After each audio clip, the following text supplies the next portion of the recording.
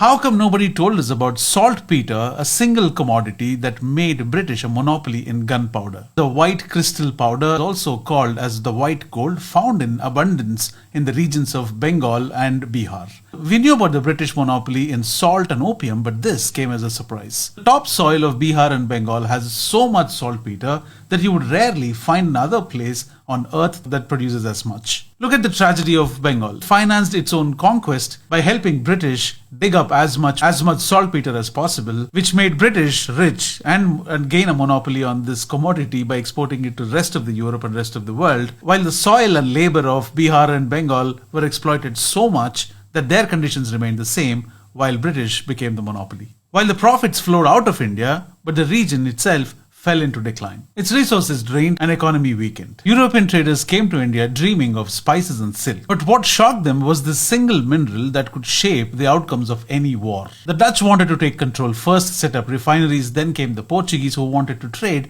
but they were mostly at the mercy of the kings. Then came the British who not just wanted to trade, but wanted to set up a monopoly.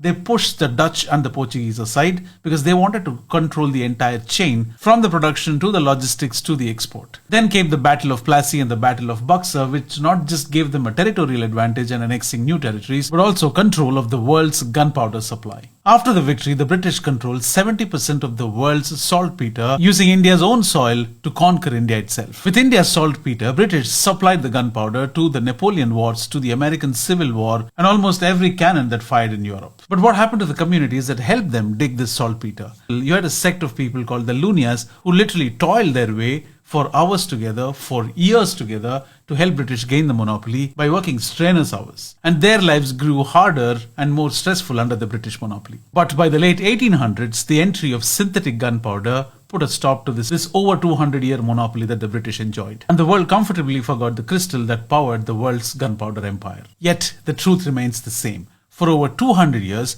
the rise and fall of nations depended on this one mineral that was found in the soil of Bihar and Bengal. Let me know if you want to know more about this. My name is Casey. This is Culture Captured. Cheers.